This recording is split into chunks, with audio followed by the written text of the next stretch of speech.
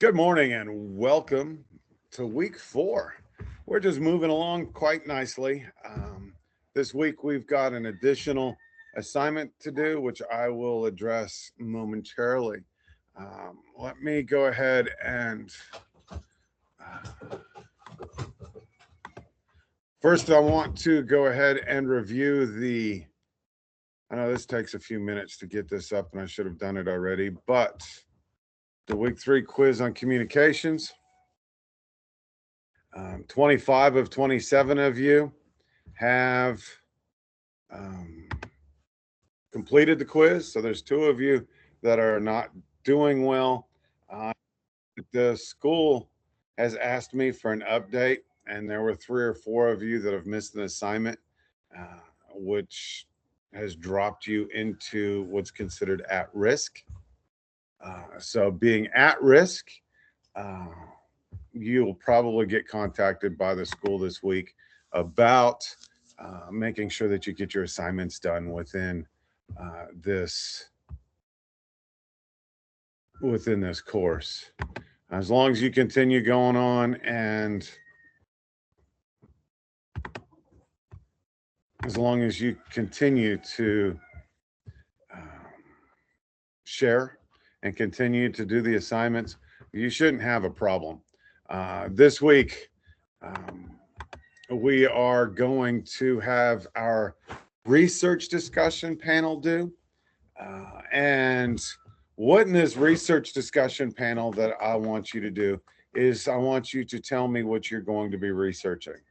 Okay, I want you to give me, it's an elementary form of a research prospectus.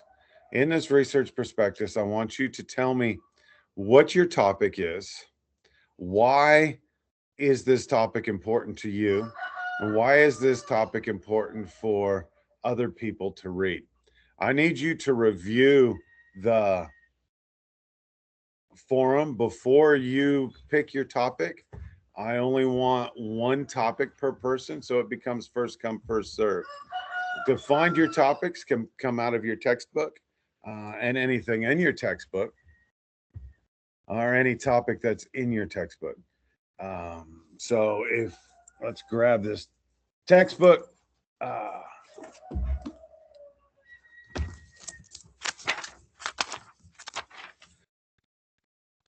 So you can, at the end of each section or at the end of each chapter, there are a group of things. So we're in operational skills today. So let's go to page 124. And 124 is actually 120. 120 would be good. Okay, so if you're on 119, sorry, and you see the discussion questions, you'll see that this is where I get my discussion questions for you. You can go through the summary and even go through. You can write a paper on good faith. And what does good faith mean in the good faith test? And how is it that you're acting in good faith? And the exclusionary rule. You can look at Arizona v. Evans. The Supreme Court extended the logic of good faith to include information coming through official channels, ruling that if officers reasonably rely upon information coming from official channels and it turns out to be in error, then any evidence developed from this information need not be suppressed because the officers themselves were not intentionally engaging in misconduct if they think they're doing and following the rules. I know you're going to come across a lot of people that will refer to the Nazis and to the Nuremberg trials and saying, I was just following orders. I was just doing what I was told. Okay. But, and, things to that nature, we as law enforcement officers, we are required to live a certain way. We're required to follow instructions and rules, but you're also required to understand whether or not there is a whether or not there is a constitutional conflict with the orders that are coming from above. I would recommend that you join aele.org.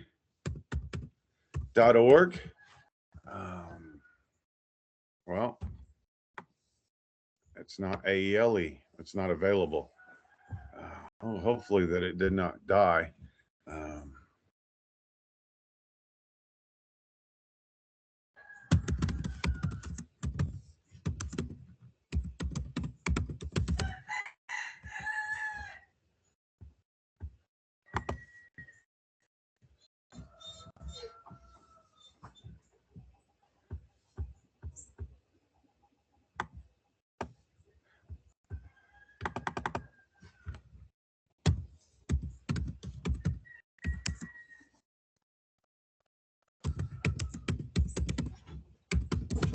Okay, so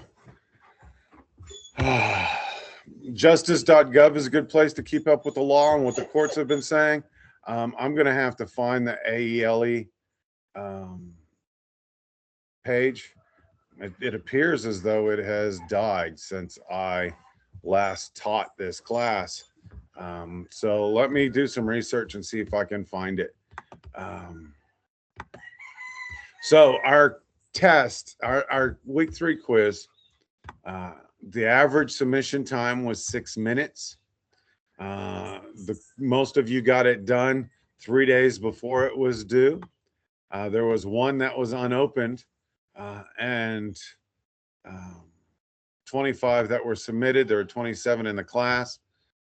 So the one person that opened the quiz, I don't know what happened there. Looking at the grades, there's a lot of passing grades. The high grade is 10 out of 10, and a lot of people made a 10 out of 10. I'm seeing a 4 out of 10. I'm seeing a 1 out of 10. And a 1 out of 10, you know who you are. Go ahead and send me an email. Tell me what happened and why you got a 1 out of 10. We need to discuss this. You might,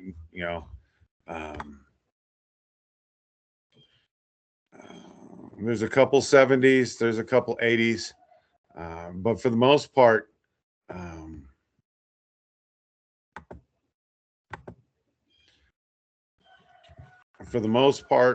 you guys did well.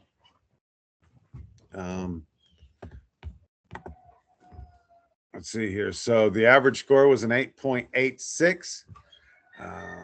There were 25 completes. Again, the average time limit spent on the quiz was 6 minutes, 37 seconds. It was greater than 80% as a reasonably easy quiz. So a multiple choice. 92% of you got it right, so I'm not going to review that. The right to stop and question suspicious people were established in what landmark case? I am going to review it. Okay, and the correct answer, there's 2 of them. The correct answer is Terry v. Ohio. And our discussions this week mentioned Terry v. Ohio a whole lot. But I want to share this, and I shared this in the chat. An individual who is in a neighborhood late at night. What? Go lay down. Hold on a second.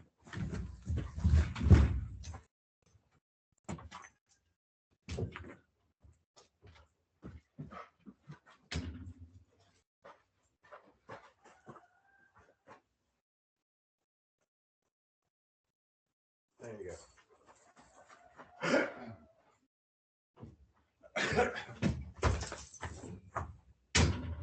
So, as I was saying before I was so rudely interrupted by the dog, the scenario was that you were a police officer and you're patrolling a neighborhood and you see a suspicious looking individual who is in an elite neighborhood. So the definition of suspicious is going to be that he doesn't look like he belongs there. Okay, Terry v. Ohio will give you the constitutional authority to confront him. But as I mentioned in my replies this weekend, not everything police officers do has to be a confrontation. It doesn't have to be an us versus them situation. And we could just go up and say hello. And that's something we're going to be talking about in today's PowerPoint, is just going up and saying hello.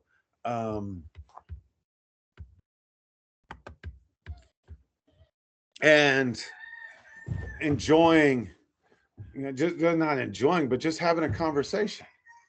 Say, hey, what you doing? Do you need some help? Were you locked out of your house? Are you, do you need a ride? Do you got a flat? Is there something going on? You don't have to come off as this aggressive, adversarial police officer. You can go, and it's called community-oriented policing. You can go up to them and just talk to them and have a discussion. And in that discussion, yes, you can then develop, if there's probable cause, to move forward or just to leave him be. But in this, there's a couple of things that end up happening when you chat with an individual who you don't recognize. This is one of the good things, one of the things about patrol.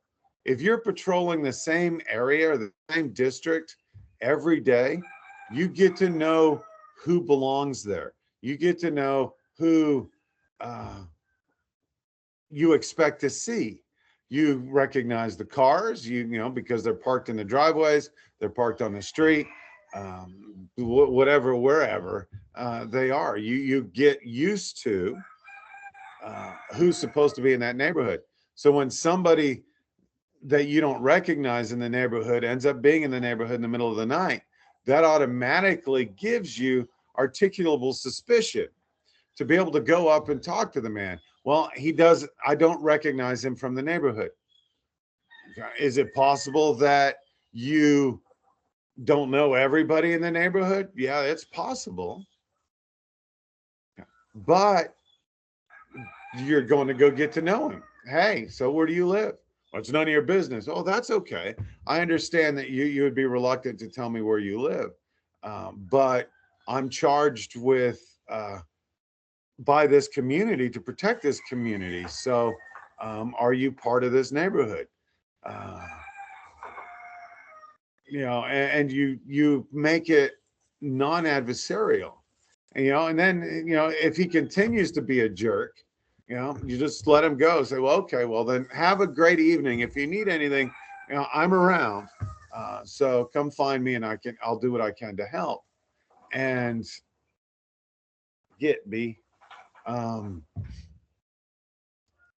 and if he is there for nefarious activities, he automatically knows that the police are there, and it's going to displace his criminal activity. He's going to either wait until the police are gone, or he's going to take his crime to another neighborhood. 72%, a person who suffers along with a victim is not actually harmed is known as, a lot of you got this one wrong. 30% of you got this wrong.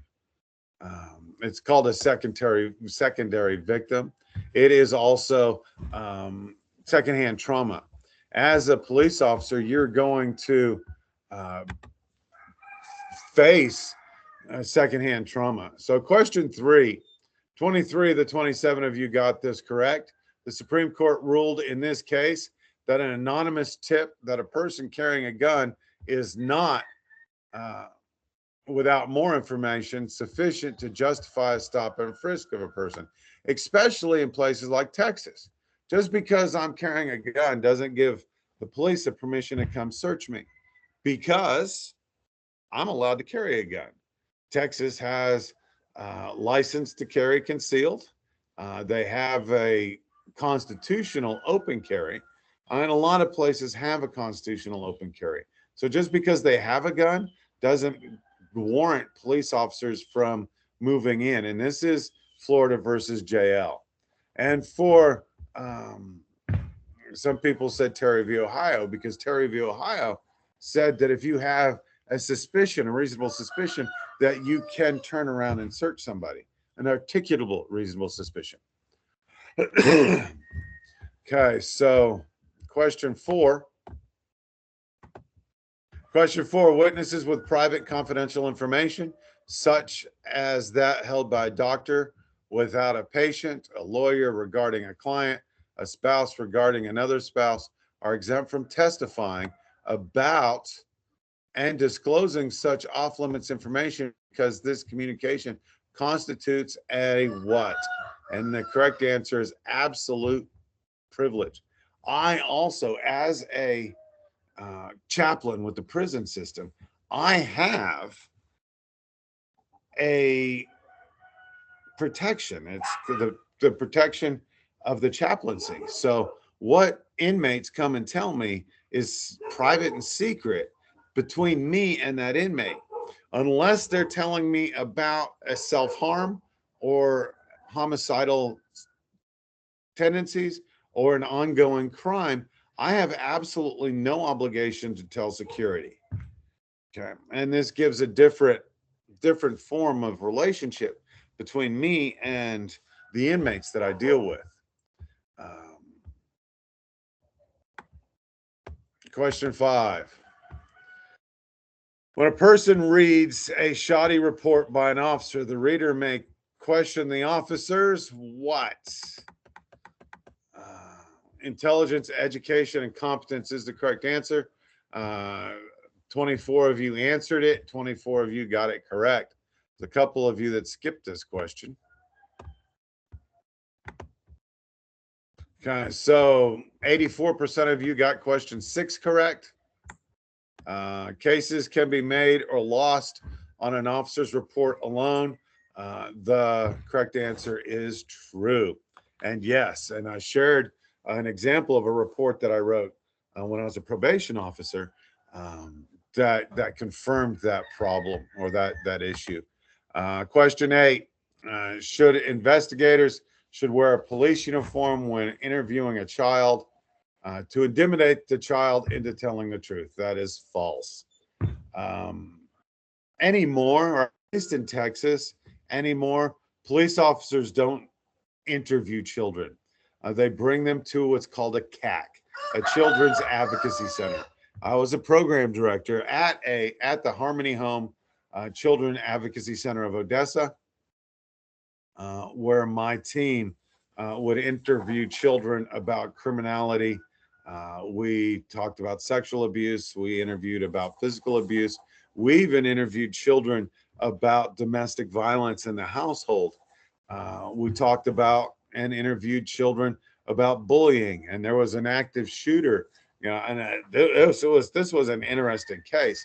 There was an active shooter at Permian High School, and they brought all the witnesses to the CAC, and we have 2 interview rooms, and I have 4 interviewers at the time, myself and 3 ladies. And we would take turns with the interviews, and we interviewed every high school student about what they saw and what they knew about this active shooter. It was an interesting case. The police were in another room. Okay. And as an interviewer, we have ear mics, and the cops can, if cops are looking for a specific question or they're looking for specific information, they can tell us about that specific information. And then as a forensic interviewer, we're trained on how to ask that question without it being leading or intimidating or things to that nature. So investigators, not only should they not wear a uniform to intimidate kids, they should pretty much just go find a children's advocacy center to have those children interviewed. Polygraph results are usually admissible in court. This is false. Polygraph tests do not prove, all they show is that a person is being deceitful. But the problem is that they measure heart rate. and breath. And if you're nervous or you're scared, or in fact, sometimes you're petrified, your polygraph can come back and show that you're being deceitful. Question 9. All autistic people are unable to speak. That is also false. 24 of the 27 of you who answered the question got it correct. My son happens to not be able to speak, and if you go to my Facebook page, you can see some of the videos that he's made. Question 10. Each item may only be matched once. Select the best match. Okay, so those of you who did the matching, most of you got a lot of them right. So allows for unlimited response from a witness in his or her own words is an open-ended question.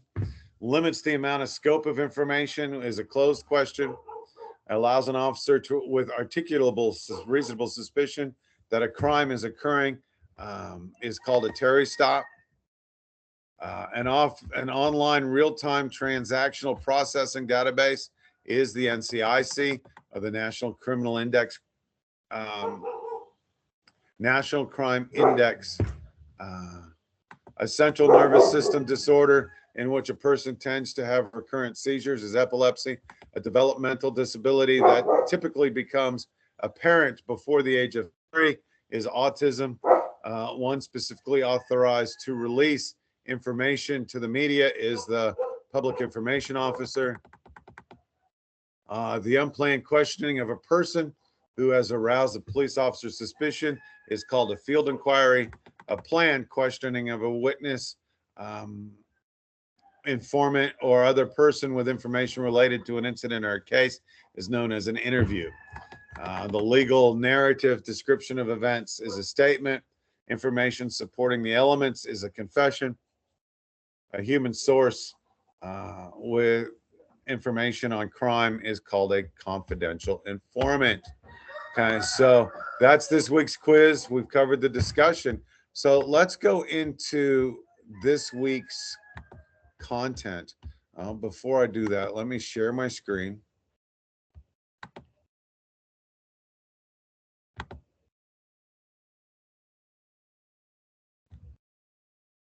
Share. Okay, I am going to share my entire screen, and then this should just move along to where I'm going and what I want to do. That bee's still bothering me. Okay, so content. We are going into week 4. The operational skills, performing within the law and within the constitutionality, is what we're discussing this week. The PowerPoint is there. After I finish recording this, I will put this week's lecture right here, but you're already looking at that. An outline and chapter notes are there. Web links are there. Your quiz is there. The quiz is just like the last one took. There are 10 questions. There's one matching. There's true and false, and there are multiple choice. Okay. You have 10 minutes to complete this. So the discussion question for this week, is discuss how you felt after reading about the Abner Louima case. Do you think this incident could have been prevented? Explain your answer. There is a lot of research and there's a lot of journal articles about Abner Louima and what happened to him. And I believe it was the 70th precinct in New York. Submit your original post by Wednesday. You're required to respond to at least 3 classmates by Friday, and then come back on Sunday. I would say come back at 6 o'clock on Sunday evening if you're not in church, and reply to anybody that's responded to you. At least 2 people. If I've responded to you, I'd really like to see a reply. I will do my responses throughout the week. I'll spend most of my time in the discussion forum on Wednesdays and Saturdays. Um, but we'll see how that goes. Abner Louima case is extremely interesting, and I'm going to leave you to do all of the research on it. You're going to become the content expert on Abner Louima. You need to give this case facts, the stats, and everything, everything about Abner Louima and this case. I know it says discuss how you feel and what you felt after reading this case, but more than that, oh, that was horrible. I need a comprehensive program, a comprehensive discussion about what was going on. At 6 o'clock, I'll look at the responses to yours. If your response is after 6 p.m. on Sundays, I'm not going to hold you responsible for answering it. I do not expect you to stay in this discussion forum 24/7 to make sure that you reply to everybody. The discussion forum closes at 6, but I'm still going to give people an opportunity to respond and to reply for a couple more weeks to make sure that everybody's in the habit of making sure that they have answered and addressed everything. But just on your personal honor, you are not required to address or answer anything that comes after 6 p.m. on Sunday. Okay. Also this week, we have the discussion forum. Okay. And I know we've already discussed this discussion forum, and nobody has responded yet. Find a topic from the textbook that you would like to write about. You could write a whole paper on Abner Louima. You can write a paper on all kinds of different things, and go from there. But this is this discussion where I approve it. I'll be in this forum several times. You will have an answer from me by Sunday at 6 p.m.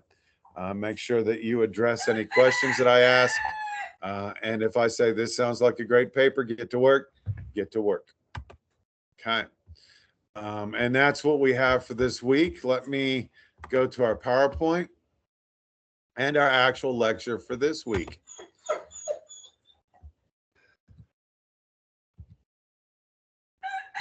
All right, so what we're going to be discussing this week is stopping and frisking, arresting, searches. There may be a variety of situations that authorize this. Police officers are expected to be familiar with the basic rules of criminal procedure. And any criminal justice program should have a criminal procedure class. And the criminal procedure class is all about due process. And what are the due process amendments? And I think that's going to be the extra credit discussion. Answer your discussion about Abner Louima, and then put in in the next paragraph and say extra credit. And then I want you to discuss the due process amendments and how they should have been applied to Abner Louima. Right, so this chapter will focus on making legal arrests and searches. Officers must act to fulfill their responsibilities, but always within the constraints of the law. Police work is more than just enforcing the law. Okay? It is contact with people. You are a social worker. As much as the old dinosaurs in the police department tell you, well, I'm not a social worker. And I hear that from the officers at the prison as well. Oh, we're not social workers. Chap, that's your job. We're not social workers. Well, there has to be a continuum of care. If they're coming to my office and they're receiving emotional support, spiritual support, they're receiving education, they're receiving all these things, and then they go back to their cell block and they're abused, not physically abused, but mentally. We've got a guy that calls everybody in the prison as they walk past Westgate He calls them all chomos, and he insults them and he belittles them. And that does absolutely no benefit. Okay. As a police officer, we have continuous contact with the public. And as this public, every situation is going to be different. Every situation is, like the screen says, there is a limitless variation of your contacts with individuals. When you go to lunch, stop at a few tables and say, hi, I'm Officer John Fisher. I'm a police officer here in this town. How are you doing? Police action must correlate to an individual's actions. Okay. And it's called the continuum of force. Okay. Your actions, your responses to individuals must always be a reaction to the individual that you're talking to or that you're confronting. It should not always be a confrontational situation. Trying to stay out of the politicalness of what's going on with ICE in Minnesota. If the protesters were just protesting and they were on the sidewalk and they were screaming their displeasure, then the law enforcement and ICE have a constitutional duty to let them do that and to protect them. It's when those protests evolve into obstructing justice, obstructing the duty of a police officer, where the police now have the constitutional authority to escalate. But you can only escalate your actions based upon the actions of the individual that you are having an encounter with. Is the individual just saying hello? That does not require, or that does not justify the use of force by any way. Okay, so police authority, the badge and the gun give you authority. Stop and frisk situation, also known as a Terry stop, is considered a search. It is under the Fourth Amendment. So in order for a Terry stop to be conducted, you must have reasonable suspicion, okay, of criminality. Okay, so as a rookie police officer, you're not going to be able to develop the reasonable suspicion as a 20-year police officer has, which was what was going on with the Terry stop and with Terry v. Ohio. Okay, Terry was scoping out and planning to rob a liquor store. This 20-year police officer said, hey, his clothing doesn't fit. He keeps walking back and forth. He's watching, he's casing out this place. He went to search him. He found guns and he arrested them for illegal possession. They also arrested him for attempted intent to rob a liquor store. Okay. A stop is not a seizure. Police officers going up and talking to individuals is not a seizure. Okay. The frisk is for the officer's safety. If there's something going on and the officer feels like he is at risk, he can frisk you. He has to be able to articulate why. He has to be able to articulate that reasonableness and that's reasonable suspicion on why he needs to frisk him. Okay. The suspicion of if the person's armed. I'm allowed to be armed. I'm allowed to carry a firearm everywhere I go except to work. And I do. So it is important. A legal arrest, an arrest is defined as you are no longer free to leave. Once you are no longer free to leave, you are under arrest. Arrest can be made in the presence. If a crime is committed in the presence of a police officer, he can arrest you immediately. He can arrest you with probable cause. Okay.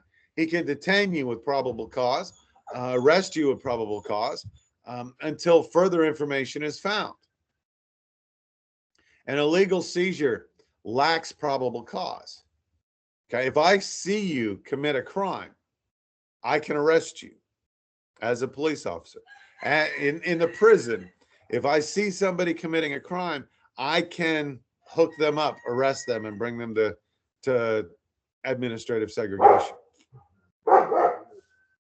Okay, and this is the same with police. If they see you do a handoff for drugs, they can come, they can detain you, they can frisk you, they can search you, they can look for weapons, they can, if they find weapons or they find drugs, they can arrest you. This is all legal, because this crime, this passing, was done in the presence of the police officer, and the police officer observed it. Okay, so, but if I come up to you, you're a police officer, and I come up to you and I say, Jordan is selling drugs over there on the corner of 6th and Main. You can't just go up there and approach Jordan and seize Jordan. Okay, now you would park away and watch Jordan. Okay, now, and then you watch Jordan do a handoff. Then you can, then you can approach him and you can search and you can seize and then you can arrest. The important and extreme step, the importance of lawful arrest is the fundamental rights of personal liberty and privacy. Okay, the Fourth Amendment is strict. There's so much case law dealing with the Fourth Amendment that we could probably have a class, and we do. It's called criminal procedure. But even within criminal procedure, when I teach criminal procedure, of the 17 weeks, 8 weeks are spent on the Fourth Amendment. The Fourth Amendment is that important. Okay, it is the first step in any criminal proceeding. Okay, and police officers, I like the entrance to Law and Order, and it says criminal proceedings have two major parts. They start with police who investigate crime, and then the prosecutors who try crime, and they find factual and legal guilt. Okay, if this first step, if the Fourth Amendment, which is the right or the protection against unreasonable search and seizure, is violated in any way, it will taint the crucial evidence. If you seize without a proper warrant, or you don't have the proper probable cause to, as defended by the court law, case law, it's going to taint the evidence of guilt, and a bad guy's going to go free. The quality of police performance is judged in the courtroom by the judge and by the jury. Okay, I had a district attorney that I used to work with when I was the director of the criminal justice program at Howard. I worked closely with the district attorney. We would go to trials. My classes would go to trials. We would sit and watch trials. I would get students excused from 3 or 4 days of classwork so that they could go to these trials. And after the trial, the DA and the judge would sit and answer questions for my students. And my students would always bring up the Fourth Amendment. And this DA said, I don't care about the quality of evidence. I care about the quantity of evidence. And I found that to be shameful, actually shameful. Because, he says, I can always argue, I can always explain away, under the good faith exception, bad police work. But if I've got a lot of police work and a lot of evidence, then it's harder for the jury to acquit the defendant. Okay. A lot of cases also end up in civil suits. Okay. These cases that you have, for wrongful death, for theft, and what will also end up in a civil case. And the civil case, O.J. Simpson is a prime example of this. He was acquitted of murder, but he was found, we're going to use the word guilty. We'll use the word responsible. He was found responsible, liable for the wrongful death of Nicole Simpson and Goldman. Um, he killed them both. And the civil court found that. Um, you must be on guard when you're making arrests. You need to announce the arrest. Robert Hawley, I am arresting you for the illegal possession of controlled substance. Uh, I'm arresting you for this crime. I'm arresting you for that crime. They have to know that that they are under arrest. Handcuff the person if warranted. Some states you're allowed to handcuff a person just during a field inquiry, if it is intended for the safety of the officer. You want to search the arrested person. You want to search them for evidence. You want to search them for weapons. Sometimes you're going to need to bring them to the crime lab. You're going to need to bring them to the hospital so that they can be searched, especially in cases of sexual assault. You will bring them not to jail, but you will bring them handcuffed to the hospital so that their clothes can be taken, DNA can be taken, their skin can be searched, all kinds of things. You want to make sure that the Miranda warning is given. And the Miranda warning is also controversial. Okay. So, what Miranda v. Arizona says is that before you ask them any questions, any accusatory questions about the crime that you're going to charge them with, you have to read the Miranda. Just bringing them into the interview room and questioning them about an event does not necessarily require Miranda. Any information that was given freely and without prodding is also exempt from Miranda. But if you're going to ask a suspect about a crime, you need to Mirandize them. It's important that you do so. Okay. Obtaining compliance. We use this or use of force in making an arrest. We always want to start with using our words. Okay. The force continuum, you use verbal judo. You try to use persuasive speech. And this is something that we discussed or that you read about last week in communication is persuasive speech. You want to explain to them, you don't want to do this. You don't want to, I had a situation this week. There's been a issue about G4 populations commingling with the G2 population because of trafficking and trading. So TDCJ policy is that you are not allowed to commingle G4s and G2s. So there's a Odinist that was G4'd because of behaviors. So I stopped giving him lay-ins to come to the primary services for the Odinist Astarte services. And an activist shows up, an activist goes to my boss's boss, and they get compliance. They get TDCJ to cave on this policy. And I was required to allow G4s to come to commingle with the G2s.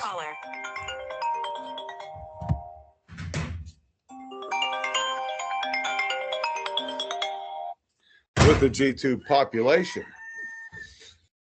And this inmate comes up and he goes, I'm trying to get this inmate out of E-Wing to come to services. And I says, it's taken care of. Go away, leave me alone.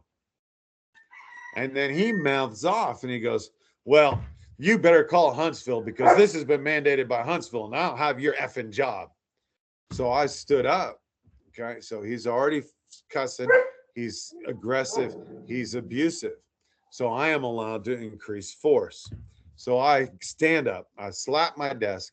I stand up. I get in his face and I tell him, you are an inmate and this is none of your business. It has been taken care of. You keep this up, I'm going to hook you up and I'm going to send you to line building in handcuffs where you'll spend the next 3 months in lockup and you won't ever get to come to services. And he goes, well, my mommy, I don't care who your mommy is. You comply or you're going to get locked up and we will move further.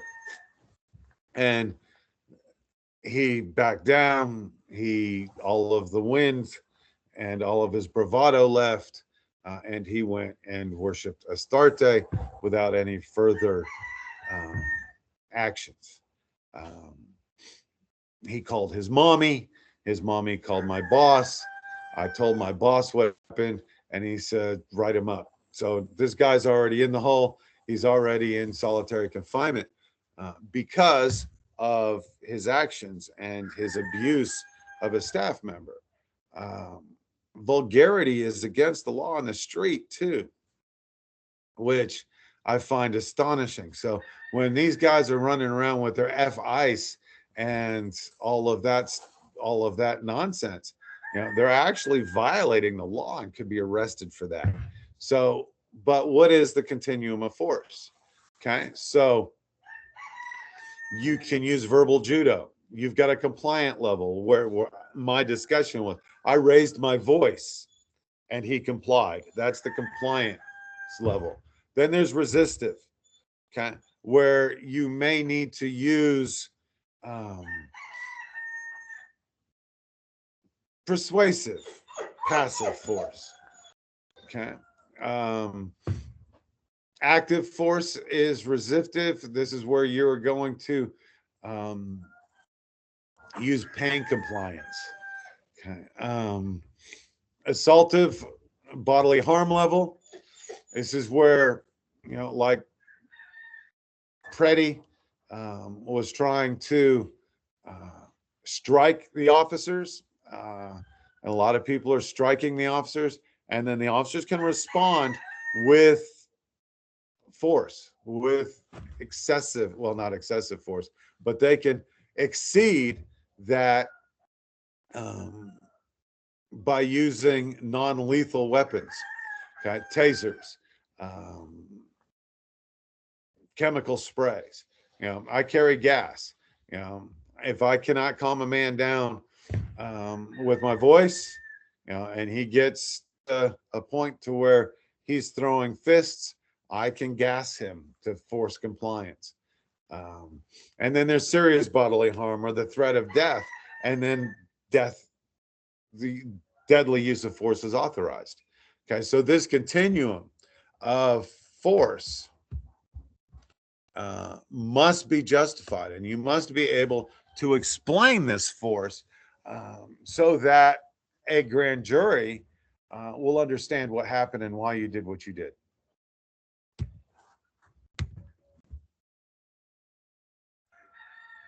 Where's my mouse? There we go. Obtaining compliance, again, continuums. We've discussed this. There is a knock and announce. I am the police. Okay, no knock warrants are allowed, but you have to have a warrant to have a no knock. And no knock warrants are only allowed in cases of exigent circumstances, to where you believe that the evidence could be destroyed before somebody would answer the door. Okay. The use of handcuffs while making an arrest, you got to make sure that they're double locked so that they don't cut off circulation, they don't break bones, or they don't actually hurt somebody. Excessive force. Research shows that excessive force comes with two reasons: poor training and fear.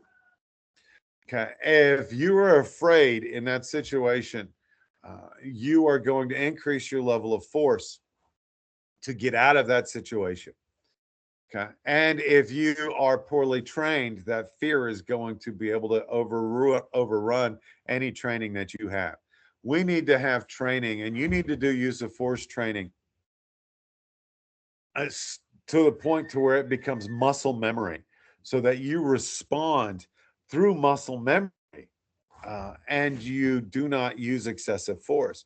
You have to understand that although we're averaging 100 and some police officers being killed every year, That's a horrible stat. I think the stat, if I remember reading the stat correctly, it's 2 officers a week, or sometimes 3 officers a week, that are being killed in the line of duty.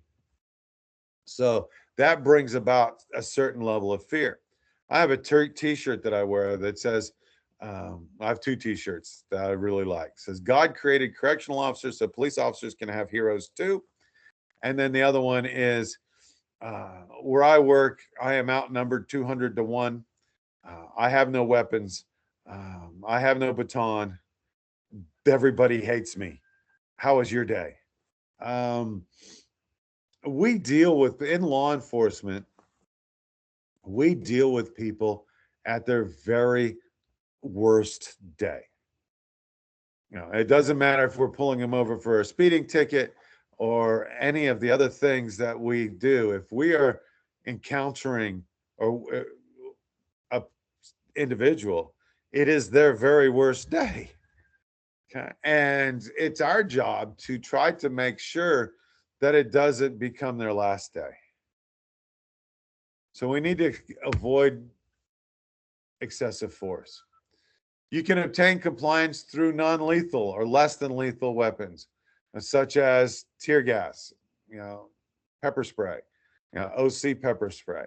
In TDCJ, we call it painting them orange, because when the peppers are under pressure, it's just liquid peppers, jalapenos and habaneros and ghost peppers, and some of the hottest peppers in the world. They juice them, and then they put them under pressure, under aerosol pressure, and then this pepper spray, this OC gas, the state of Tennessee. Hold on a second. Chapman Fisher, may I help you? No, you're not the state of Tennessee. All right, so you have a duty to warn. Taser, taser, taser. Is there a duty to warn? It depends on the situation. The use of deadly force in making arrests is possible, as we saw with Renee Good. There's a debate over 10 seconds of video on whether or not she was trying to run him over or not. He was in front of the car. The car shouldn't have been moving. As soon as she put it in drive and pushed the gas, with him standing in front of her, it was an attempt of deadly force, or serious bodily injury anyway. Regardless, written reports, you need to make sure that you write the reports. You need to make sure that your reports are accurate. I like the idea of body cams. My unit does not have body cams yet, but the big maximum security prisons have body cams. I'll be happy when every law enforcement officer, whether it's police, whether it's probation, parole, or even in corrections, that every individual is wearing a body camera.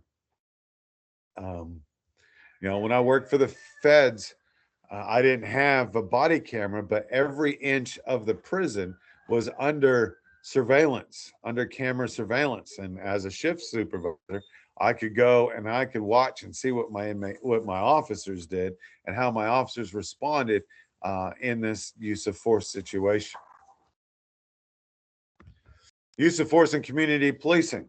Okay, well, use of force is always a last resort. If you can calm a situation down, you can explain a situation, then it makes life so much easier and so much better. All right, obtaining and executing search warrants. I have a class that I also teach. It's called, I forgot what it was called.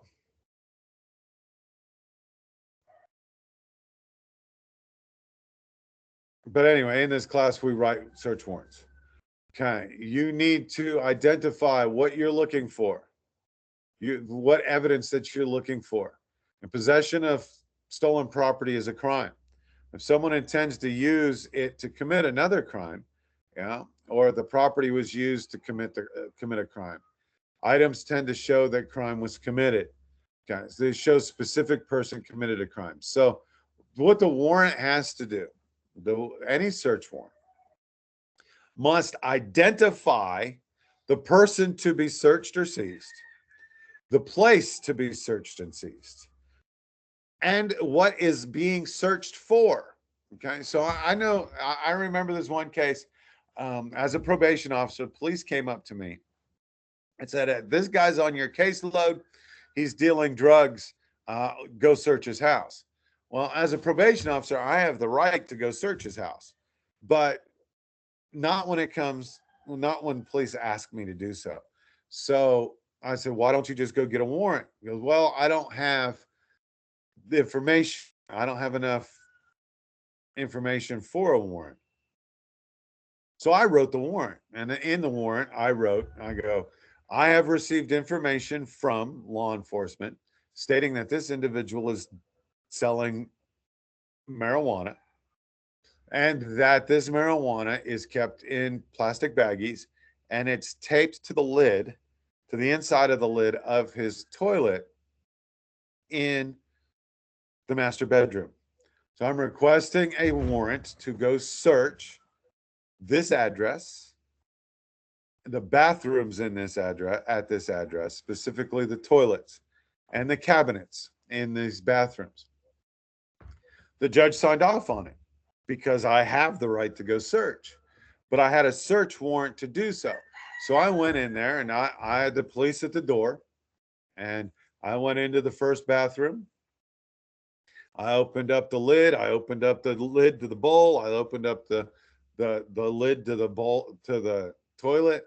Um, I looked in the cabinets for bags of marijuana, and then I went into the master bathroom, and I did the same thing. I did not find bags of marijuana. What I found were bags of cocaine. So I called the judge and I called the DA and I called the judge and I told them I needed a verbal amendment to my search warrant to seize cocaine and to arrest this man for the possession of it. And I got a verbal approval from the judge. The DA rewrote the warrant to seize the cocaine after the fact and to arrest the individual. So I came back and I bagged all of the cocaine. I had police arrest the man, and they brought him to jail. He was convicted and sentenced to 15 years for the possession of cocaine with the intent to distribute.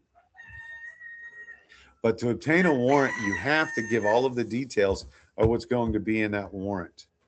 Okay, exceptions to search warrant requirements are an arrest warrant execution.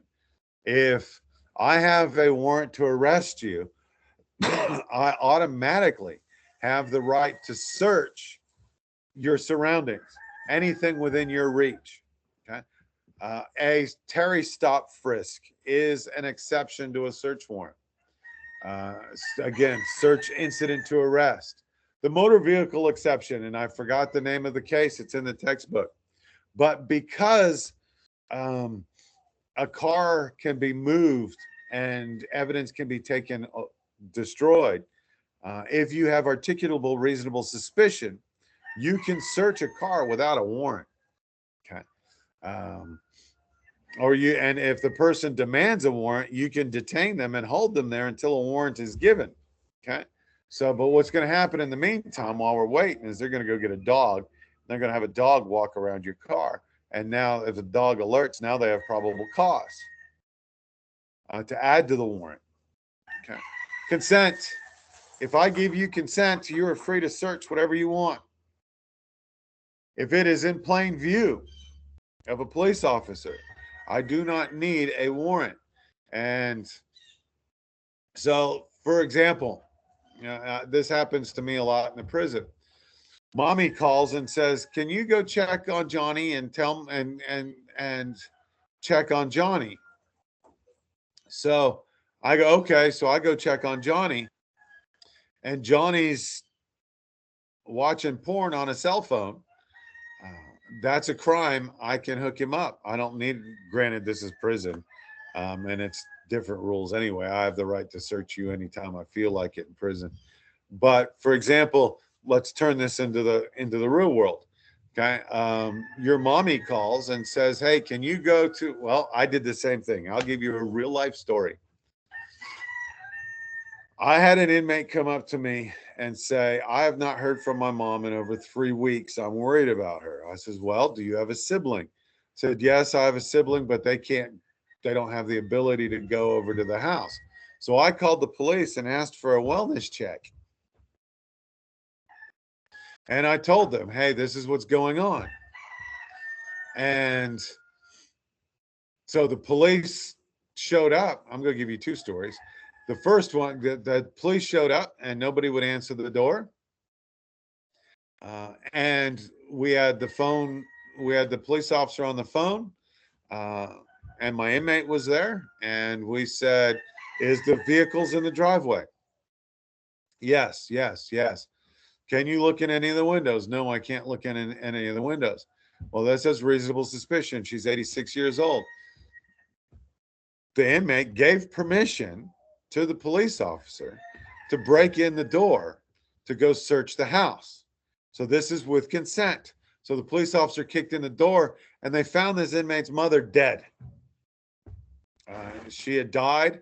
Uh, Her cell phone was open in her hand. So maybe she was trying to call 911. Um, there was an unattended death. They treated it like a crime scene. And it was found that she died of cancer. Cancer took her life. Um, Plainview, another story. Another, again, an inmate um, concerned about mommy. We make a wellness check. Police go over there. Mommy opens the door. While he opens the door, it says, "Okay, your son has um, is concerned about you because he hasn't heard from you in a couple months. Is wondering what's going on." And while he was standing at the doorway, the police officer saw what appeared to be cocaine on the living room table. And there were some scales, and there was this young man sitting in the living room also. He used that for plain view, probable cause, walked into the house, arrested the man for the possession with intent to distribute controlled substance. Okay. The plain field doctrine. If I'm doing a frisk and I feel something in your pocket that doesn't belong there and I search it and it ends up being drugs, I can arrest you. Okay, exceptions to search warrant requirements, luggage. Okay, if I am at a bus station or a train station or an airport, I do not need a warrant to search your luggage. I can send through thermal imaging. I can put you through the sniffer test. Okay. Open fields, abandoned property. Okay. There's a joke.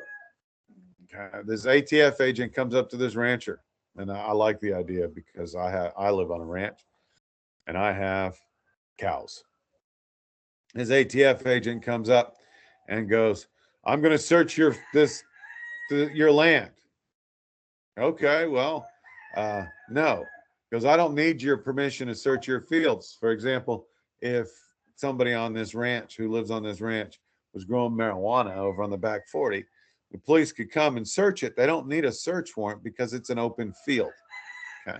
Now, granted, they could not search the housing areas or the outbuildings or the um, those buildings that are here um, within, next to my house and that area that we maintain. But they can go out into the fields. So this ATF agent says, "I don't need your warrant. I don't need a warrant. I'm going to go search this." He goes, "I'm not talking about a warrant. I'm talking about the bull." And the ATF agent shoves his badge in the face of this rancher, says, "I'm going to go search this field and you can't stop me." He says, "But help yourself." A few minutes later, you hear the ATF agent screaming. The rancher goes out there and He goes, "How can I help you?" He goes, "Help me, help me, help me. This bull's trying to kill me." The rancher said, "Show him your badge."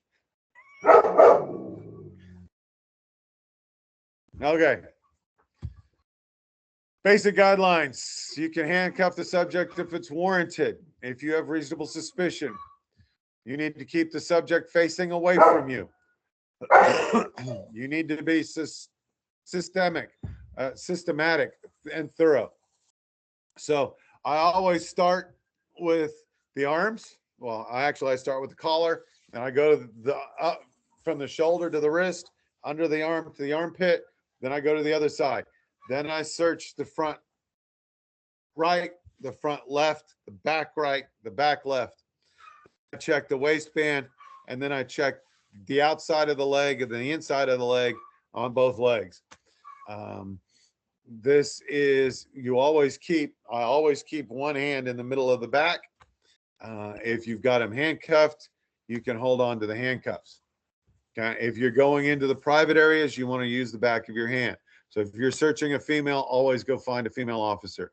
But if there's no female officer allowed as you're um, searching, you put your hand, straight up and down and between the breasts, and then you can search under the breast with the back of the hand, and then you use your other hand to go the other way. You can do the same thing as you're coming up the inside of the thigh. Make sure that your the palm of your hand is against the thigh as you come up into the into the genital area. Um, and this way, one of the major complaints that we've got, well, she cupped me, he cupped me, he's fondling my breasts, he's doing this, that, or the other. And with body cams and with surveillance, I use the back of my hand to search the private areas. Alarms or calls from citizens will require extreme caution. You want to, if you're responding to a domestic violence, you want to arrive as quietly as possible. The search of the area must be carefully planned. You want to make sure that there's enough personnel available. You want to make use of solid cover. And you want to use proper search techniques and grid techniques while you're doing searches. You always want to use a grid when you're conducting a search. Canine searches. United States versus Place. City of Indianapolis versus Edmond. Officers should consult their laws, your local laws regarding the use of a dog. Be aware that there are some drawbacks and limitations. Some days a dog may not perform well. I find it interesting. We have a dog at our prison that is trained to smell electronics. He's trained to smell cell phones. And I carry my cell phone with me everywhere I go, even on the unit. And they never alert to me. Maybe he's been trained to know that I'm allowed to have the phone and I'm supposed to have the phone. I can even use the phone with inmates. So maybe the dog is so well trained, he knows not to alert to my phone as opposed to his phone. Deterring police misconduct, the exclusionary rule. Weeks versus United States.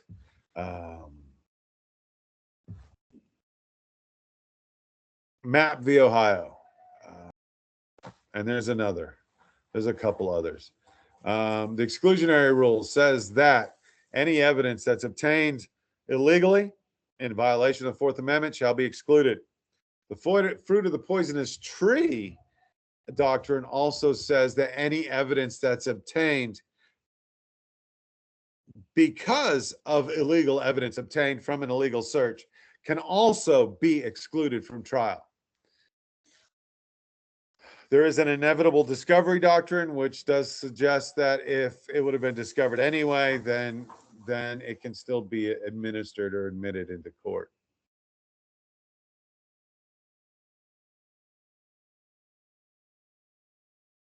Okay. And then the good faith.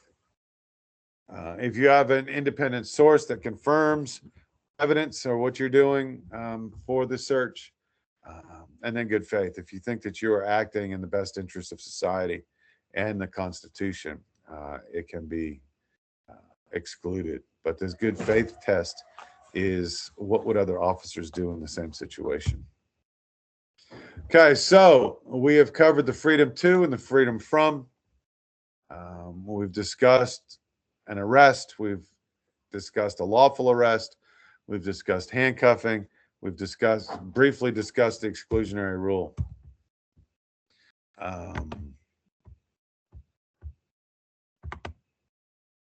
So we're over an hour. Let me stop sharing. We're at over an hour. So we did go a little long. But this is an important case. This is an important lecture and discussion. I hope you learned a lot. I hope that you apply. I will see you in the forums, and I hope that you have a great week.